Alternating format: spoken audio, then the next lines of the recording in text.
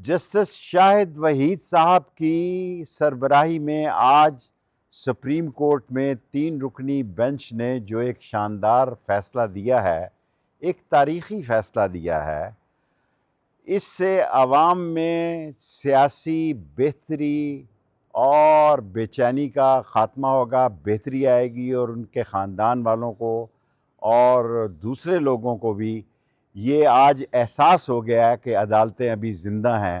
اور جسٹس شاہد وحید کے فیصلے کو ساری قوم سلام پیش کرتی ہے، اور انشاءاللہ تعالی میرے مولا کو منظور ہوا تو اب ایسے ہی فیصلے آیا کریں گے، اور وہ لوگ جو جیلوں میں بے گناہ قید ہیں ان کو رہائی ملے گی، ان کو سہولتیں ملیں گی، اور آج کے اس فیصلے نے عدلیہ کا اور جسٹس شاہد وحید کے بینچ کا جھنڈا بلند کر دیا ہے، اور اس سے عدلیہ کی آزادی میں